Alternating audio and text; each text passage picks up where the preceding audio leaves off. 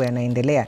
Kwa hivi sasa tunaarifiwa kwamba serikali imehimizwa kuweka vifaa vya kisasa vya kupima na kutambua ugonjwa wa saratani katika hospitali za umma ili kuwezesha madaktari kutambua ugonjwa huo kabla ya kuenea zaidi. Ndio wito uliotolewa na familia ya mwanahabari mkongwe zaidi katika kaunti ya Busia, John Ojanji, ambaye alifariki akipokea matibabu ya saratani ya tezi dume katika hospitali moja kaunti ya Siaya.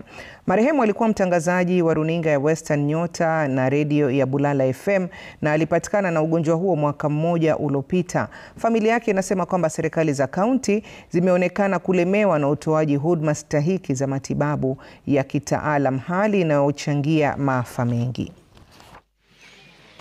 Took us time kujua kwamba Job yuko na kansa. Na mimi naimiza tu serikali, the hospitals that are around here must be equipped na facilities, because kama tumekuwa na facilities za kudetect kwamba fulani kuna cancer and can be treated,